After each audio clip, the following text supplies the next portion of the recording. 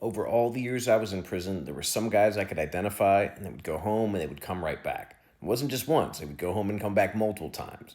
There was one guy when I was at Buckingham, he went home and came back 5 times before I ever left.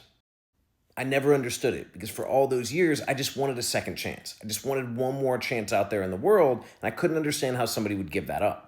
And then I got out and I was overwhelmed and I didn't know how to deal with things and I had breakdowns, and all of a sudden it started making more sense to me because I had all the support in the world and I was still falling apart at times. And the numbers aren't good. Depending on which statistics you use, anywhere from 25% to more than 60% of people who get out of prison are going to go back. And for 3 years after receiving conditional pardon, one of my conditions was being under supervision, basically being on probation or parole, and one mess up could have sent me back. At the same time, even when I was having freakouts and breakdowns, I wasn't afraid that I was going to go back. I was afraid I was going to mess my life up in some different way. I can't even imagine how.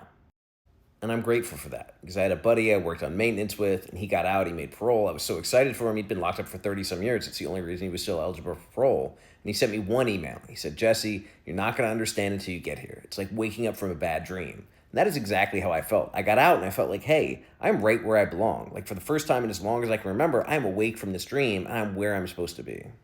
But I also know that if I hadn't had the support or the opportunities or the encouragement, I could have gone in any of a dozen other directions.